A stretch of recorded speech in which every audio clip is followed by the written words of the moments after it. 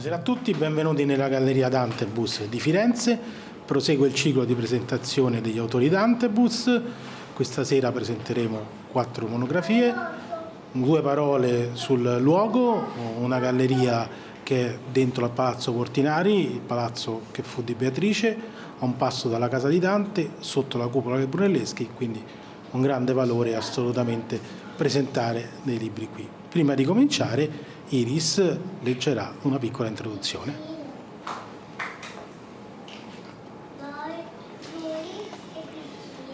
Ai confini del mistero di Daniele Cosa si configura come un viaggio letterario attraverso il tempo, lo spazio e soprattutto attraverso l'ombra delle nostre paure e delle nostre illusioni.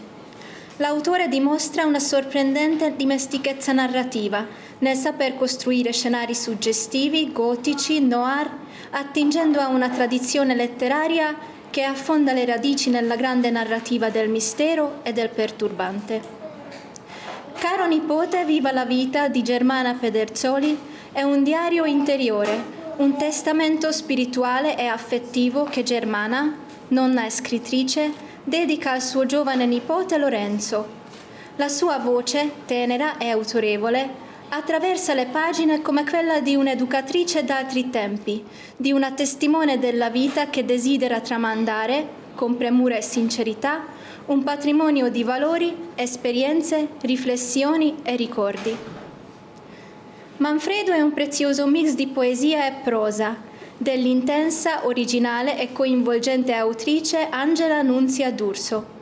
Questo libro nasce da un cuore, una mente e un'anima che hanno amato veramente tanto, anelando continuamente all'amore. Nasce così Manfredo, uomo di pace nella sua etimologia, che porta la quiete dentro e fuori l'universo di Angela. Icone di un viaggio di Gianfranco Gaviano è un'opera poetica stratificata, densa e meditativa, frutto di una lunga esperienza esistenziale, intellettuale e spirituale. Ogni poesia è una tappa, ogni sezione una stagione della coscienza, ogni verso un'indagine sulla memoria, sul tempo, sull'identità e sull'illusione del significato.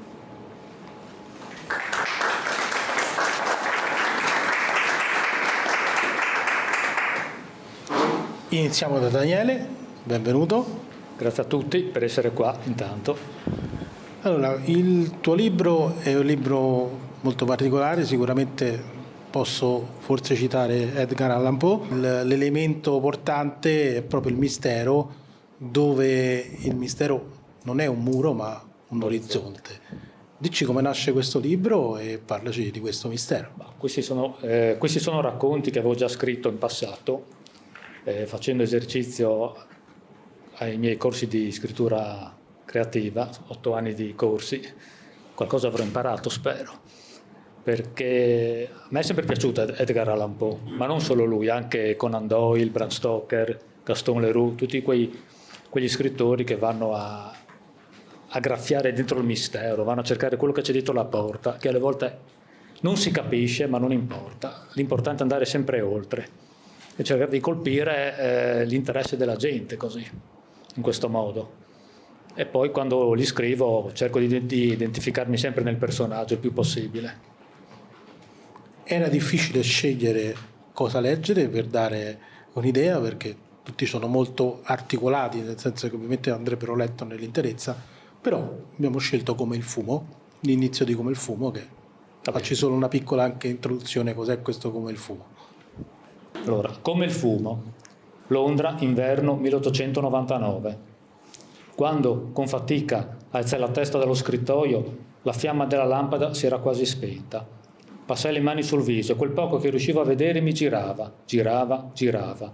Avevo le viscere in tempesta e dalla mia gola usciva un gran tanfo, il tanfo di un pessimo whisky. Allungai le braccia in avanti, mentre cercavo di andare verso la finestra, sbattei contro qualcosa che mi pareva di non conoscere. Con la luce che mi era rimasta, rischiarai il pavimento. Un corpo di donna, con delle profonde ferite sul ventre, stava davanti a me. Mai come quella notte sperai di essere nelle profondità del più terribile degli incubi. Mi guardai allo specchio e, nonostante non riuscissi a stare dritto per più di mezzo minuto, feci un balzo. Ero tutto sporco di sangue, soprattutto sulle mani. Cominciai a girovagare per la stanza e a parlare da solo, finché un sospetto. Spostai la grossa pendola a muro e vidi che la cassaforte era stata forzata. La custodia con i miei bisturi d'oro, un regalo della regina per gli ottimi servizi da ufficiale resi all'esercito, non c'era più. La cercai ovunque, scompigliai ogni cosa, feci una gran baraonda, ma non la trovai. Madre celeste, su ogni aguzzo coltello c'era inciso il mio casato. Nessuno mi avrebbe creduto innocente, neanche Sua Maestà. Qualcuno mi aveva ubriacato, ne ero certo. Avevo un demonio per pensiero. Di morti, come medico, ne avevo visti tanti, ma trovarne uno steso sul pavimento del mio studio, questo era tutt'altro. Spariti, o quasi, gli effetti insalubri di quel mediocre whisky, mi preparai una tazza di tè. Poi aumentai l'intensità della luce e, malgrado tutto quello che mi stava capitando, dovevo pensare. Mi inginocchiai vicino al cadavere e cominciai a osservare ogni parte del suo corpo, fino a quando, sotto la nuca, dopo aver spostato i capelli, vidi che c'era tatuato il mio nome. Questa era la mia fine, e per di più i miei strumenti erano spariti. La prima cosa che feci fu quella di resecare il lembo di pelle con il mio nome e bruciarla. E adesso? L'unica soluzione era quella di liberarsene, ma si stava facendo giorno e non potevo rischiare. Così infilai la morta dentro un sacco. Proprio in quel momento qualcuno cominciò a battere al portone, a battere forte. Arthur, Arthur, sono Elliot. La mia custodia era stata ritrovata. L'ho riconosciuta subito dalla fibbia che brillava. Tornavo da una visita, quando l'ho vista in un angolo di Whitechapel. Amico mio, sono nei guai. È tutto così folle. Ma andiamo nel mio studio. Arthur, ma che ci fa questo sacco nel bel mezzo? E tutto questo sangue? Guarda. Elliot fece 2 passi indietro e si mise una mano sulla bocca. Signora del cielo, ma cosa? Mi sono svegliato a metà notte, ero ubriaco e questo corpo stava proprio lì, straziato, in mezzo alla stanza. E i miei ferri non c'erano più. Arthur, nascondiamo questo sacco dentro il ripostiglio segreto, subito. È quello che stavo per fare, poi sei arrivato tu. Sul momento credevo fosse la polizia con tutti i miei arnesi. Arthur, se fosse arrivato solo un minuto dopo, sarebbe andata proprio in quel modo. Dopo averli presi, è passata una ronda. Nello sguardo di Elliot non c'erano sospetti, solo amicizia.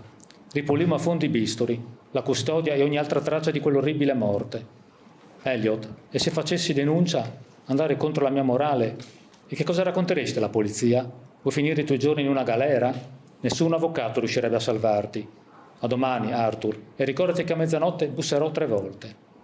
Tutto questo era un vero mistero, ma Elliot non aveva alcun dubbio sulla mia innocenza. Al 12° rintocco della notte seguente, Elliot, come d'accordo, bussò per 3 volte. Nascondemmo il cadavere nella mia carrozza e al passo si andò verso Whitechapel. Arrivati in quello squallore, 3 agenti ci fermarono. Siamo 2 medici in visita. Uno si avvicinò con una torcia, solo per un'occhiata e nient'altro. Fate attenzione, qui è molto pericoloso. Per ragioni di lavoro conoscevamo bene il posto e i poveracci che ci abitavano. Dopo alcuni giri frenai i cavalli all'interno di un cortile, imbruttito da tanfi d'ogni genere e muri diroccati. Lasciammo il corpo di quella giovane donna in un angolo. Forse era una prostituta, o una madre, o entrambe le cose, ma a questo punto ciò che contava era evitare di essere giustiziato, ma anche di non finire il resto della mia vita in una prigione, fatto ancora più grave. Quando alzai la testa dallo scrittoio, era da poco passata la mezzanotte. Sul pavimento non c'era niente. Guardai dietro la pendola e vidi che la cassaforte era ben chiusa, e senza alcun segno di forzatura. Guardai anche nel ripostiglio, e tutto era a posto. Era stato solo un incubo. Avevo fatto tardi e bevuto troppo. Tutto qui. A un tratto un bussare impaziente colpì alla mia porta. Ispettore Stone di Scotland Yard, dottor Arthur Ward. Un momento. Ispettore, una morta a Whitechapel, dottor Ward. Il suo collega Elliot Gray è già là. Non può essere. Come ha detto, dottore, solo un pensiero, ispettore Stone, solo un pensiero, null'altro che fumo.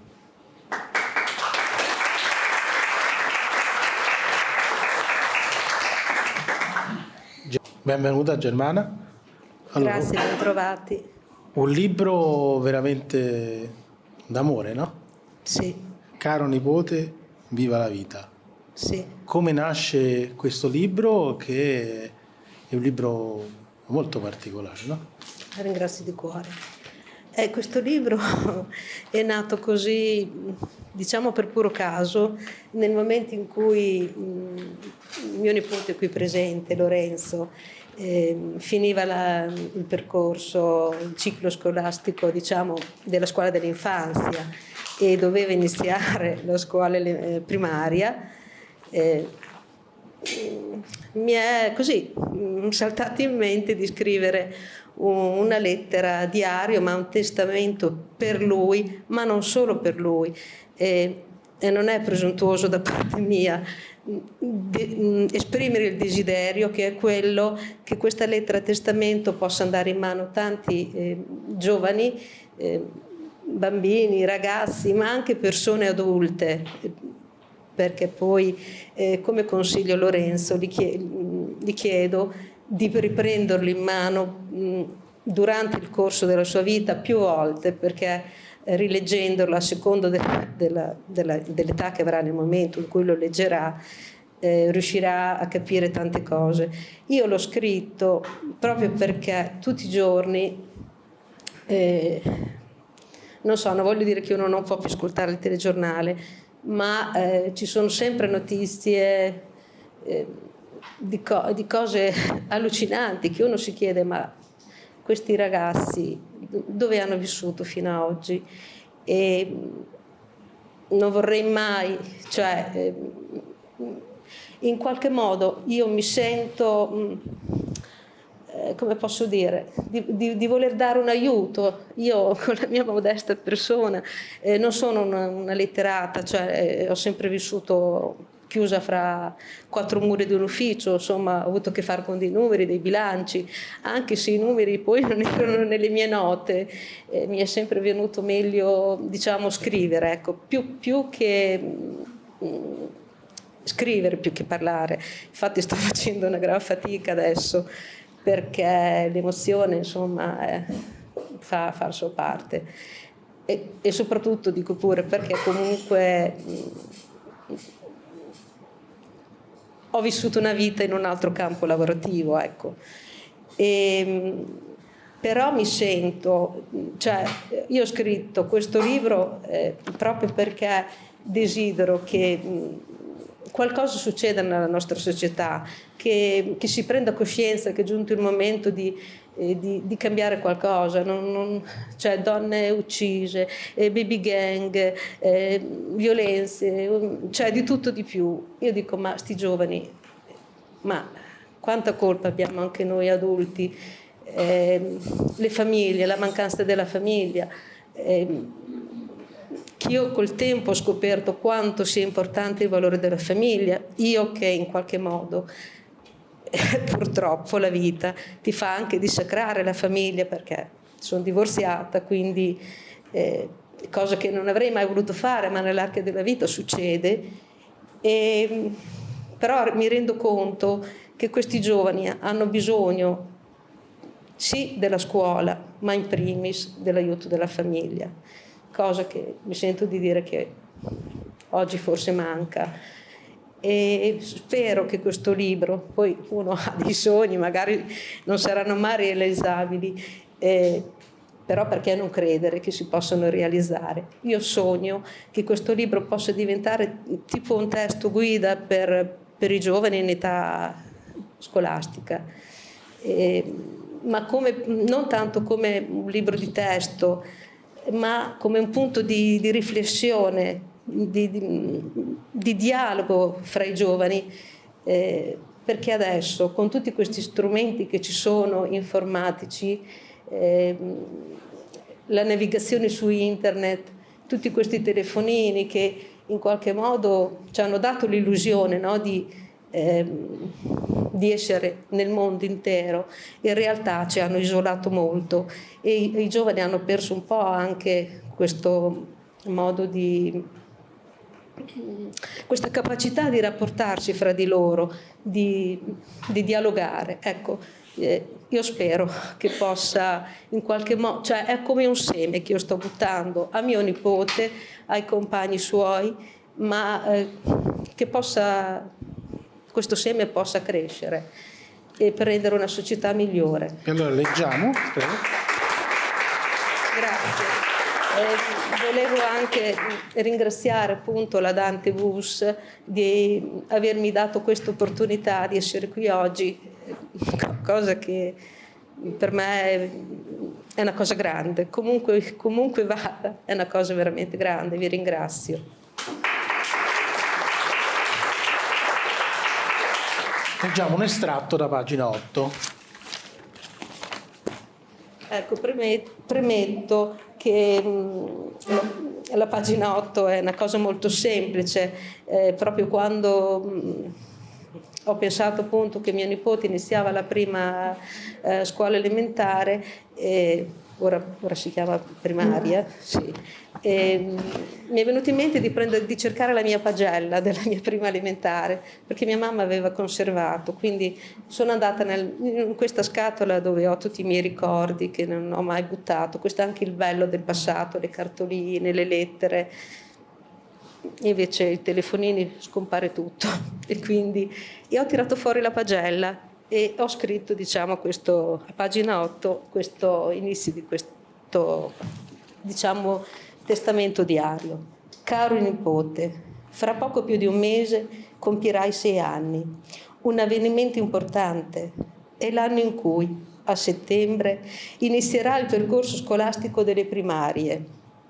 Imparerai a leggere, a scrivere e, come diceva la mia cara nonna, a far di conto, cioè a utilizzare i numeri per fare i calcoli. Imparerai diverse materie, tutte importanti per la tua formazione e crescita personale. Tua nonna, nel 1963, ricevette la sua prima pagella scolastica con elencate le seguenti materie: religione, comportamento, educazione morale e civile, educazione fisica, lettura, scrittura e altre attività espressive, lingua italiana, aritmetica e geometria, storia, geografia e scienze, disegno, recitazione e canto, attività manuali e pratiche. Ecco, mi ha colpito, prendendo in mano questa pagella, il fatto dell'ordine cronologico in cui sono state elencate le materie, che uno magari si aspetta prima lingua italiana, poi matematica. Invece partiva da religione, comportamento, educazione morale e civile, educazione fisica. E secondo me questi sono tre pilastri molto importanti che negli anni, via via, da quel tempo là in avanti, si sono andati un po' a smarrire. Tutto qui. Grazie. Pagina 8 questo. Grazie. Angela Nunzia D'Urso. Che dire, la tua arte è veramente un mix e non credo, nonostante abbia letto più volte, di essere riuscito a sviscerarne tutte le possibilità, no? È fatta di corpo, di anima, di sensi, di spiritualità. E questo libro in particolar modo è fatto di poesia e di prosa. Quindi, come è nato? E Manfredo, come etimologia, vuol dire uomo di pace. E chi è Manfredo e come è nato questo libro? Buonasera. Manfredo non esiste. Manfredo è una pura idea nata da una idealizzazione interiore, cioè veramente un viaggio fatto di parti. Manfredo non esiste ed è anche una ricerca fatta dell'ideale di persona che vorrei avere accanto, ma ho scoperto scrivendo le poesie che in realtà questa persona era già parte di me e dentro di me. Le poesie sono particolari, alternano un tono dissacrante e anche un tono sacro, vorrei dire. C'è del dolore, c'è della passione, c'è della gioia e penso che il pensiero cardine sia che noi siamo moltitudine, non siamo una parte sola. Io non sono solamente Angela e le persone che sono intorno a me non sono solo una cosa. Quindi nasce dall'ascolto prima di me stessa, ma anche di osservazione di chi mi sta intorno. Ecco, mi interessa sapere come è nato appunto proprio Manfredo, proprio nel momento in cui lo scrivevi, no? Quindi Mi ero appena trasferita nel posto dove vivo adesso e di conseguenza stavo vivendo un periodo dove non riuscivo a capire come esprimere determinate sensazioni, e le sensazioni erano di profonda rabbia e profondo... non mi sentivo nel posto giusto, nel corpo giusto, nella situazione giusta. Di conseguenza ho iniziato a scrivere. Ho sempre scritto poesie dialettali, rime, racconti brevi, e Manfredo è nato dal voler raccogliere quello che stavo vivendo in quel momento. Perché il nome di un uomo? Perché io penso di avere dentro di me una parte maschile molto forte, che si sposa perfettamente con la mia parte femminile. Avevo bisogno di dargli un nome e ho scelto paradossalmente un nome di pace, portatore di pace, anche se è nato da tanta rabbia e sofferenza. Quindi bisogna avere il caos dentro di sé per partorire una stella danzante. Esattamente. Allora,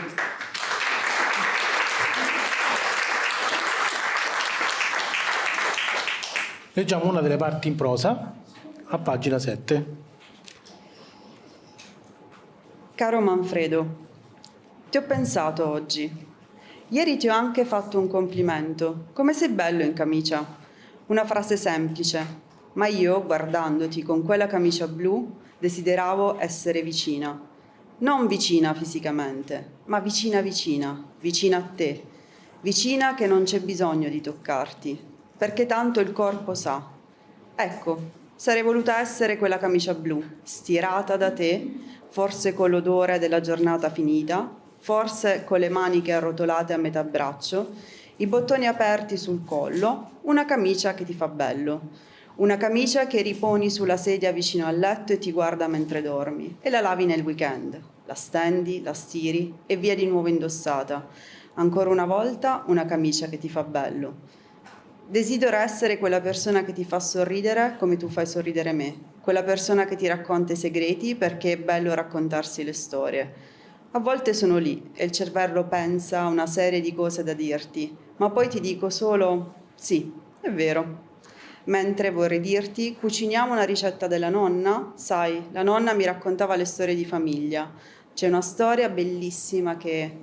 Ma nulla, il vuoto totale, senza parole.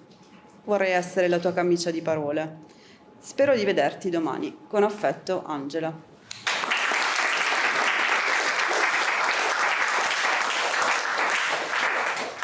Gianfranco, il tuo libro si intitola Icone di un viaggio. Le icone, ecco, tradizionalmente, come diceva Floreschi, sono un po' delle finestre, delle porte regali, e attraverso queste da una parte c'è l'uomo che riesce a vedere oltre, no? Riesce a vedere l'infinito, riesce a vedere Dio, dall'altra c'è l'infinito che riesce a vedere l'uomo. Quindi ti chiedo, quali sono le icone proprio di questo libro, come è nato, e soprattutto, visto che dici di un viaggio, di che viaggio si tratta? Allora, grazie della vostra presenza, che crea già di per sé una sorta di empatia, di dialogo, proprio per la compresenza quasi psicologica e fisica, quindi per sé sollecitante la riflessione poetica e lirica e il chiarimento di quanto ho scritto e meditato. Viaggio, a partire dalla seconda parte del titolo. Viaggio, come tutti sappiamo, è un modello archetipo della tradizione dell'Occidente, a partire dall'Odissea di Omero.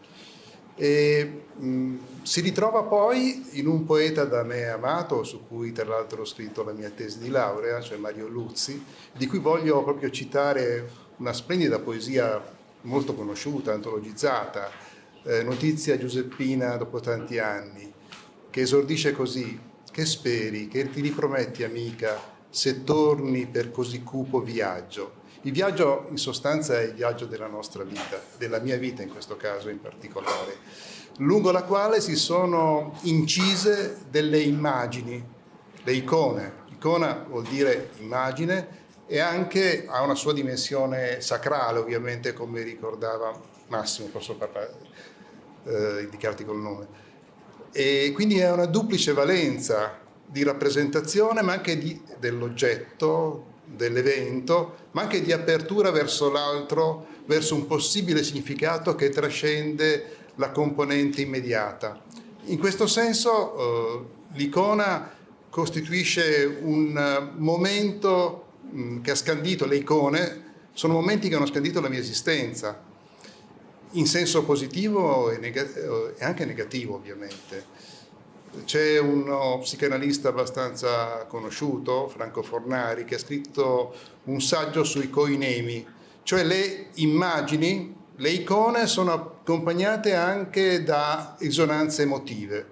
In me in particolare le immagini del passato, la ricostruzione dei frammenti della mia memoria sono connessi a potenti echi e risonanze emotive che possono plasmare in positivo, ma anche rendere schiavi, irrigidire l'evoluzione di una esistenza.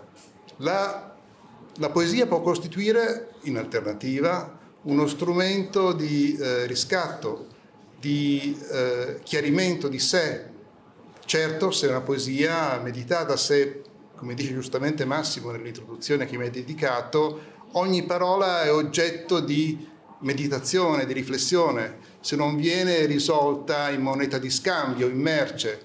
Quindi direi che l'esercizio poetico, per recuperare un'indicazione che viene anche da un'altra collega poetessa, scrittrice, può costituire un alto strumento educativo per le nuove generazioni, perché abitua alla meditazione, alla riflessione, sottraendo afflusso mercificante dell'attualità. Quindi icone di un viaggio costituisce una sorta di consuntivo, se vogliamo usare un termine brutalmente economico, di un'esistenza. La mia poesia nasce sottraendosi dall'istanza immediata, si distribuisce in un arco di tempo piuttosto ampio e tende a sottrarsi all'immediatezza dell'istante. Infatti in questi testi sono presenti poesie appartenenti a diversi momenti lontani tra di loro della mia esistenza e per certi aspetti mi è piaciuto ritrovare, ricostruendo, mettendo insieme gli elementi del libro, proprio delle costanti. Ecco, ti faccio un'altra domanda prima di leggere poi Frammenti di vita. Esistono due tipi di canzonieri, no? Uno è quello lineare, tipo quello dantesco, e uno invece è quello circolare, tipo quello del Petrarca, no? Che vuol dire che se qualsiasi poesia leggi di quel testo ti narra in un certo modo tutta la storia, no? Come se un frammento di un mosaico, pur nella sua piccolezza, già narra tutto quanto. È così anche nel tuo libro? Io ho una grandissima ammirazione di Dante, ma mi rendo conto che oggi è difficilissimo ergersi ai livelli di potenza, di incisività sul reale che egli ha raggiunto. E quindi la mia sensibilità è più tendenzialmente contemplativa, più vicina al Petrarca, proprio per la sconfitta a cui l'uomo moderno è stato esposto. Mi viene in mente, proprio parlando di frammenti, un frammento di Eliot che parla delle sue poesie come frammenti che ha eretto nei confronti delle sue rovine.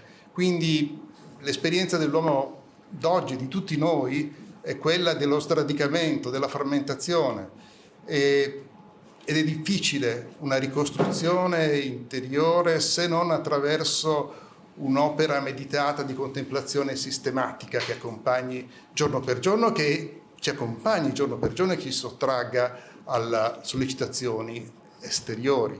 Questo non significa una rimozione dell'impegno, dell'attenzione anche alla cronaca, ma con un gioco di distanziamento e ravvicinamento.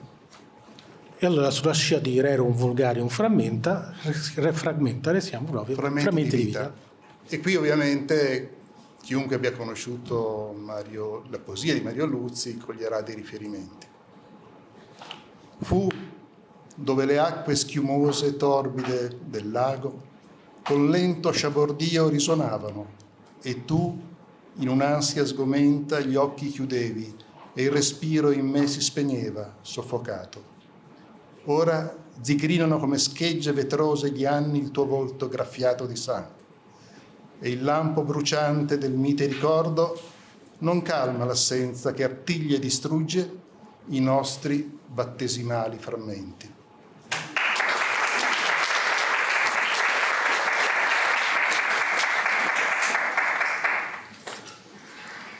Torniamo a Daniele.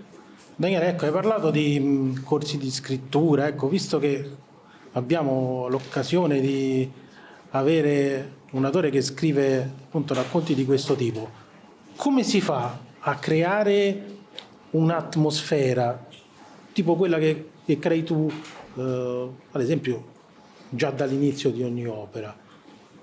Probabilmente ci sarà un po' di predisposizione. Di talento non parlo perché Microfono? si costruisce. Microfono? Sì, scusate. Allora, probabilmente un po' di predisposizione perché amando quel genere, avendo fatto molte letture, mi viene spontaneo. Non voglio parlare di talento perché il talento secondo me non esiste, si costruisce nel tempo, lavorando, prendendosi porte in faccia e tante, perché i miei insegnanti non me la mandano a dire, quando una cosa è brutta, ti dicono rifalla completamente, buttala via. E sono 8 anni e loro stessi mi hanno detto hai raggiunto un livello insomma, interessante.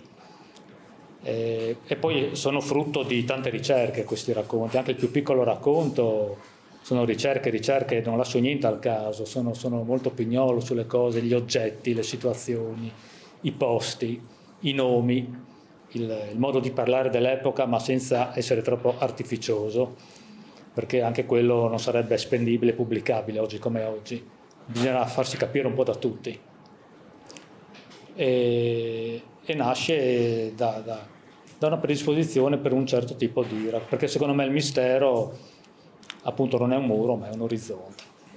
Quindi uno scrittore non è che ha solo il lampo creativo, ma ha dietro una grande fatica, no? Scrivere è una gran fatica, sono sudori, cioè ogni volta che si scrive lasciar sedimentare, rileggere e dire no, questo non va bene, spostiamo, facciamo così, rifacciamo, anche buttare via e ricominciare da capo. Quanto studio c'è prima di ogni opera? Beh, le idee vengono così, anche leggendo un libro, guardando un film. E dopo, come dice uno dei miei 2 insegnanti, lasciala sedimentare, va in bagno e lasciala sedimentare, lasciala. Poi torni fuori e potrebbe essere che cambia ancora e aggiungi, togli, sposti anche solo lo spostamento di una virgola può essere importante, una parola. Non usare mai certe parole, ad esempio, non usare mai parole molto alte. Quelle vanno bene quando si parla, usa le più basse che puoi per la scrittura. Devi farti capire da tutti, andare alla ricerca dei sinonimi, cercare, lasciare perdere certi avverbi, soprattutto quelli che finiscono in mente, perché appesantiscono la frase, la rendono un po' così, secondo me è troppo pesante. E tante altre regole che non conoscevo, ma quando te le insegnano capisci che prima quando scrivevi, sì, una storia la possono fare tutti, ma non conto farla con le regole giuste, è un conto così, insomma. Ecco, allora leggiamo solo l'inizio di Sazerac, anche se scrivere e riscrivere, però mi sembra un ottimo esempio di questa atmosfera che riesci a creare. Leggiamo le prime 5-6 righe. Sazerac intanto sarebbe il nome di una bevanda. Il nome di una bevanda che è veramente stata inventata intorno al 1870 da un farmacista creolo. Poi ci ho romanzato sopra, ovviamente. Allora, Sazerac, New Orleans, 1875. Ogni mattina, vestito di tutto punto, tra bugiardi saluti ai mariti e occhiolini alle mogli, me ne andavo su e giù per la Rue Bourbon. Con l'inseparabile bastone, tra sbuffi d'aria rovente, battevo lastricato, dando ritmo al mio cammino di inutili pensieri. Poi, per 3 mattine, mentre passeggiavo come al solito, successe che persi l'equilibrio. E via il bastone da una parte e via la tuba dall'altra. E per 3 volte, tra risate e sberleffi, mi aggiustai il cravattino e sbattai la polvere dal fondoschiena. Ma quelle cadute avevano qualcosa di strano. Così, una sera, decisi di andare a far visita al mio vecchio amico, Antoine, un creolo che di fatti insoliti ne sapeva, È arrivato alla sua bottega, bussai più volte. Grazie. Abbiamo sentito come tutta la costruzione, ecco, dalla data, dall'abbigliamento e tutto, ecco, assolutamente è in linea con quanto ci hai detto. Grazie. Grazie. All'interno di questo libro una parte importante è data all'educazione morale civile. Certo, penso che mai come oggi ci sia necessità di trasmettere, di insegnare, di fare in modo che venga messo in pratica. Quindi oggi, visto che nelle scuole finalmente si porta alla maturità anche educazione civica, sei d'accordo? È una bella cosa, sì. Se Però l'educazione civica, come ho già detto prima, deve prima avvenire in famiglia, poi la scuola. Se c'è un insegnamento morale, Sì. uno, che vorresti dire a tuo nipote? Il rispetto innanzitutto, il rispetto delle persone, il rispetto dell'ambiente, il rispetto del mondo animale, cioè il rispetto fa rima, ma comunque a largo spettro, insomma, in maniera ampia. In secondo, ovviamente, la libertà, ma la libertà che si ferma nel momento in cui va a ledere la libertà dell'altro. Quindi, anche perché la libertà è costata ai nostri cari nonni tante vite, tante famiglie hanno patito per avere la libertà, quindi io penso, ma la libertà poi messa in pratica in tante cose, ma senza ledere la libertà altrui. L'amore, anche quella è una gran bella cosa, ma l'amore è anche questo atto che io ho fatto nel scrivere nel libro nei confronti di mio nipote, scusate, e vabbè, mia figlia, anche quello, come posso dire, quando si è giovani e si è in età che si diventa mamme, sia però nell'ambito lavorativo, si ha anche meno tempo di fare introspezione, come ci si fa prendere dalla vita, e il tempo corre, ma quando si diventa nonni si ha una percezione diversa del valore della vita. E mi auguro che mio nipote e tutti i giovani possano tenere in mente questi paletti importanti: il rispetto, la libertà, l'amore, la solidarietà, l'umanità, l'amicizia. E allora leggiamo un estratto di pagina 36, Educazione morale civile. Caro nipote, devi sapere che la prima educazione morale, civile e il comportamento si ricevono dalla famiglia e dall'ambiente in cui si vive, poi dalla scuola. Chiudo gli occhi e cerco di tirare fuori dalla mia memoria qualche ricordo dell'educazione ricevuta da bambina e da ragazza. L'educazione è come una spugna che assorbe tutto, quello che gli occhi vedono, le orecchie ascoltano, si impara lì dove si nasce e si vive. Mi viene in mente la mia mamma che diceva: quando gli adulti parlano, tu non li devi interrompere, devi aspettare il momento opportuno. Come a scuola, devi alzare la mano per prendere la parola. Quando sei seduto in corriera o in una sala d'attesa e dentro una persona anziana, una signora incinta, un bambino più piccolo di te, devi alzarti e dargli il tuo posto a sedere. Non devi bestemmiare o dire parolacce, non devi sputare in terra, non devi tirare i sassi, non devi mai alzare la voce anche se hai ragione. Le cose vanno dette con educazione. Se vedi una persona in difficoltà, devi darle una mano. Quando devi chiedere qualcosa, devi iniziare la frase dicendo per favore e al termine devi ringraziare sempre per la disponibilità. Quando incontri delle persone, salutale. Se commetti un errore, chiedi scusa. Quando bussi a una porta, chiedi permesso.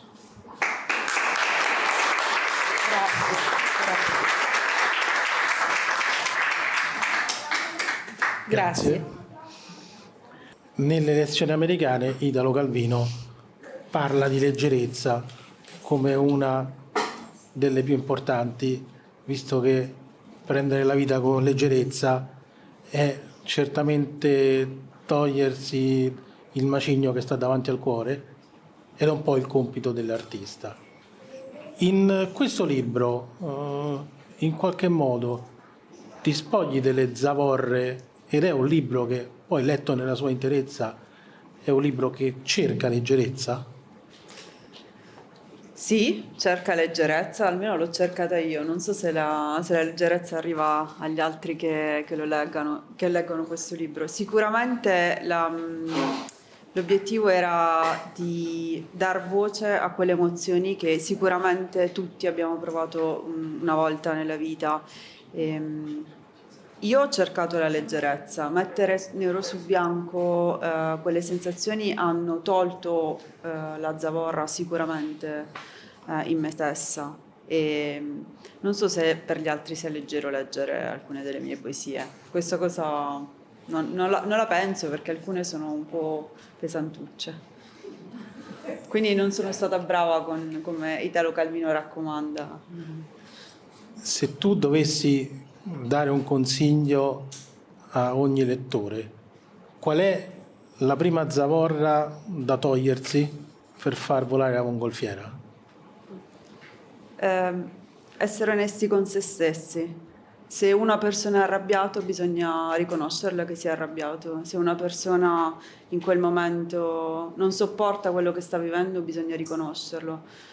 Va bene essere educati, ma se si sta vivendo un momento di difficoltà, terrore, rabbia, se io sono arrabbiato con l'altra persona, io devo essere onesto nel dirlo. Per me quella è una cosa importante.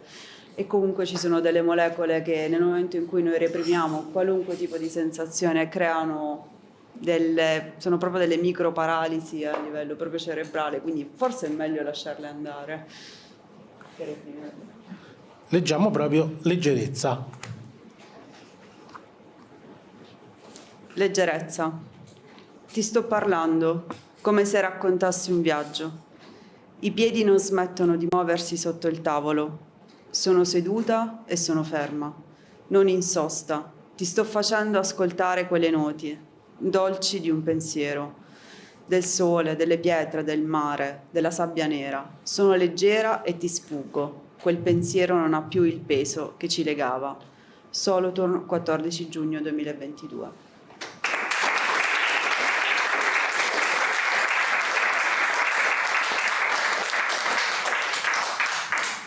Un'ultima piccola curiosità, come mai c'è sempre data e luogo alla fine? Perché ho paura di scordarmi dove ho scritto la poesia, è proprio per ricordare il luogo in cui ho scritto quella poesia e anche la data, perché magari quel momento aveva un significato per me e fortunatamente il mio lavoro mi ha permesso di vedere tanti luoghi, tanti posti e anche un modo per me per ricordarmi. È una delle mie paure più grandi dimenticare, quindi è ovvio che ci metto la data, l'ho scritto anche nel libro.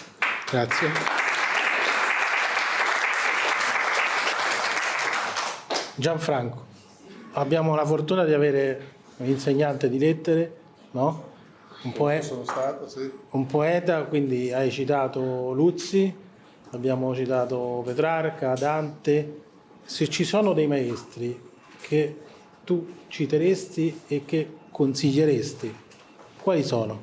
No, vorrei spiegare perché in una società senza padre, come disse uno psichiatra, ci sia l'esigenza di crearsi dei modelli.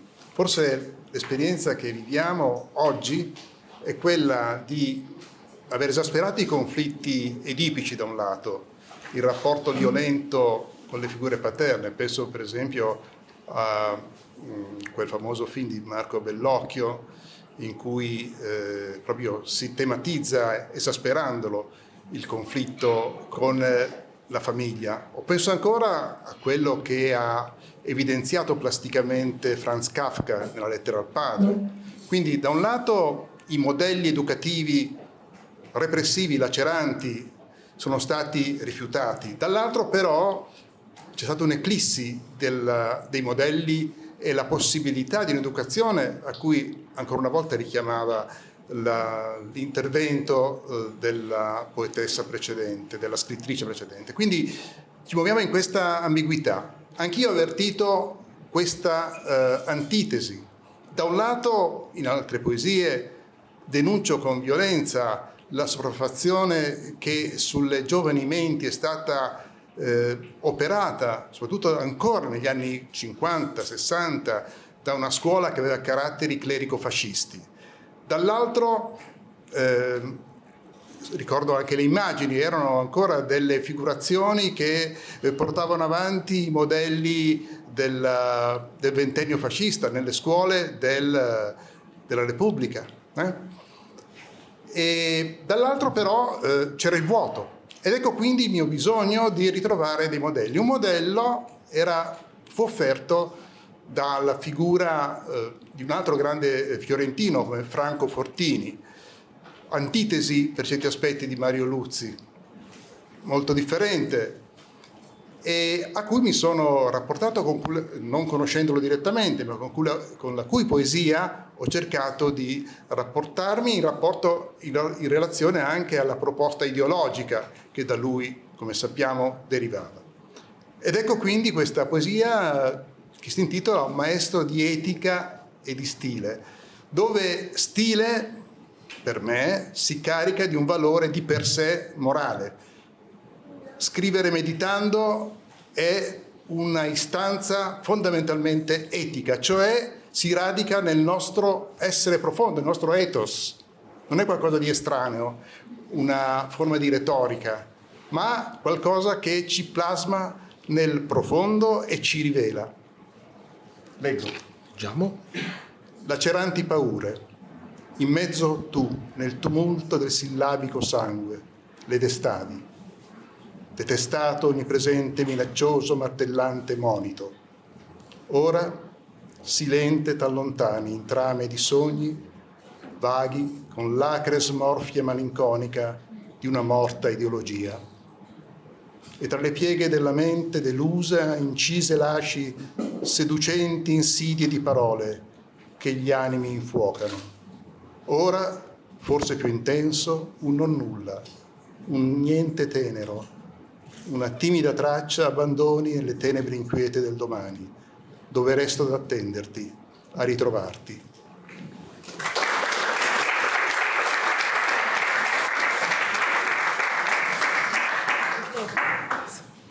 Allora, Daniele, per te la domanda finale nasce dall'osservazione di come tu dai un grande valore agli oggetti, ok? Un grande valore agli oggetti che diventano a un certo punto proprio degli oggetti totem, ok?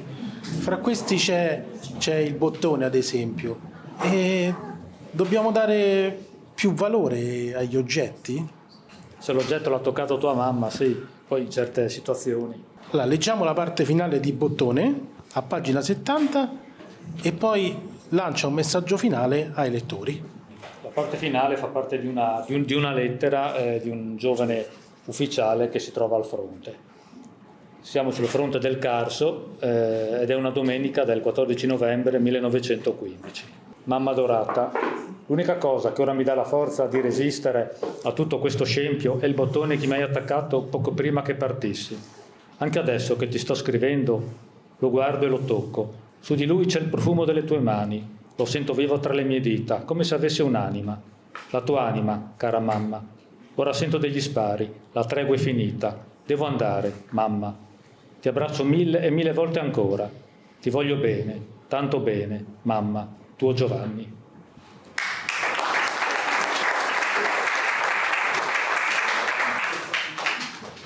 Messaggio finale in generale, Daniele, ma vorrei anche che tu mi dicessi proprio il messaggio finale che dà il tuo libro. Beh, il mio libro il messaggio del mio libro è quello di non aver paura di esprimere i propri sentimenti. quello dell'amore nei confronti, quello il primo amore che si ha verso la mamma, ma anche il valore dell'amicizia, di un amico che crede all'altro amico, che sa che è innocente, che non ha fatto qualcosa di male e si affida a lui, e di non avere paura del mistero, di quello che succede intorno, cercare di andare oltre, di cercare di capire, se si può, quello che c'è dietro una porta. Grazie a Daniele Cosa.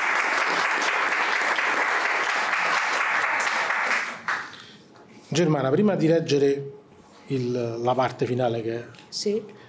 c'è un maestro che tu citi, che forse poi alla fine è proprio il significato del tuo libro, no? Aiker, Sì. Don Milani. Sì. Bisogna avere a cuore La gioventù e trasmettergli dei valori sani, e soprattutto nell'ambito comunque educativo, nell'ambito scolastico, fare in modo che tutti i giovani siano portati avanti alla stessa maniera, e non solo una parte, non solo quelli che sono dotati di più merito, anche perché tutti noi abbiamo qualcosa di buono da dare, e quindi l'importante è che venga compreso e venga tirato fuori. Allora, leggiamo la parte che hai scelto come finale. Sai, caro nipote, quando io sono diventata nonna ho provato una felicità indescrivibile, un amore intenso e profondo. Fin da piccolo ti ho sempre detto: nonna Germana, Germani per la tua mamma, è la grande mamma perché sono la mamma della mamma e devi fidarti della tua nonna. Tu mi sorridi, ti fidi e confidi, giochi con me ed è bellissimo. Spero e prego Dio che tu ti mantenga così. Sei l'allegria, la fantasia, la gioia di casa. Ti voglio un mondo di bene, ti amo profondamente. Ricordati il motto di nonna Germana: viva la vita, comunque essa sia, viva la vita, amala.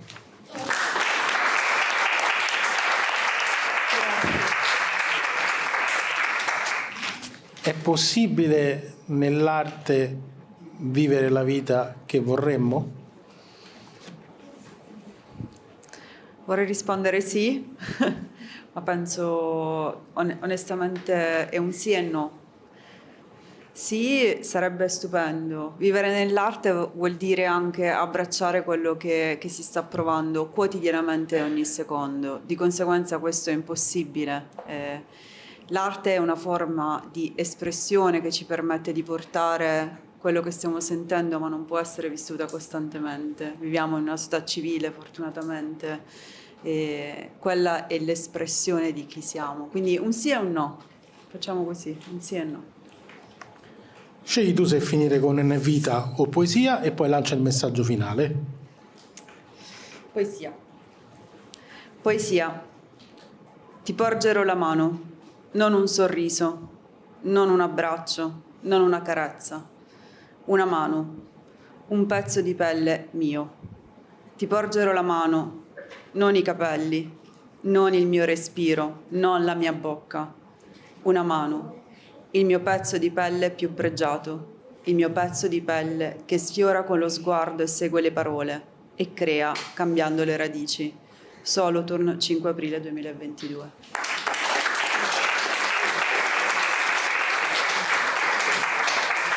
Per non dimenticare. Per non dimenticare che ci sta. Tu parli di Eden. L'Eden è perduto, senza scomodare Milton o Tasso. È possibile per il poeta, un po' alla Victor Hugo, restituire il paradiso perduto? Ma è un rapporto ambiguo e contraddittorio quello con la nostalgia dei nostri paradisi infantili, per dirla con Rimbaud. Forse è meglio così, liberarsi dall'Eden e aprirsi verso un itinerario di crescita e di maturazione. Nell'Eden Adamo era schiavo di fatto, non era consapevole di sé.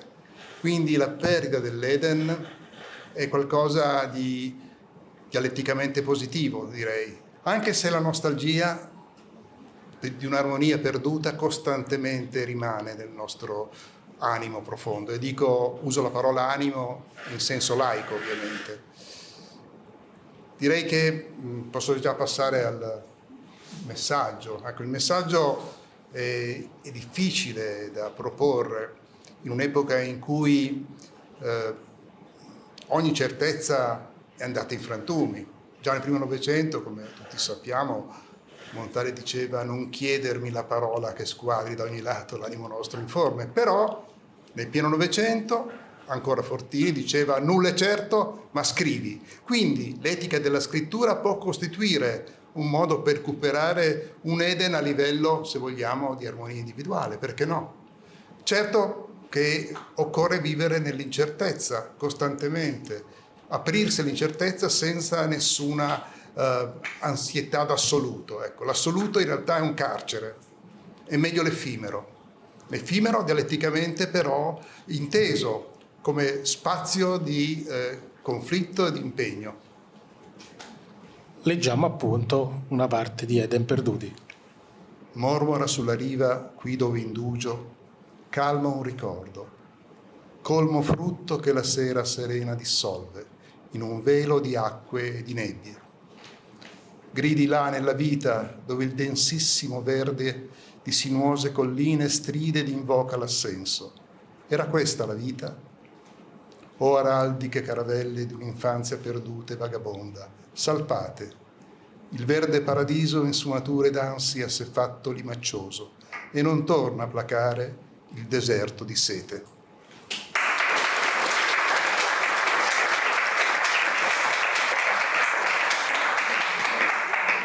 Grazie a Daniele Cosa, a Germana Verzoli, ad Angela Nunzianurzo e a Gianfranco Gaiano.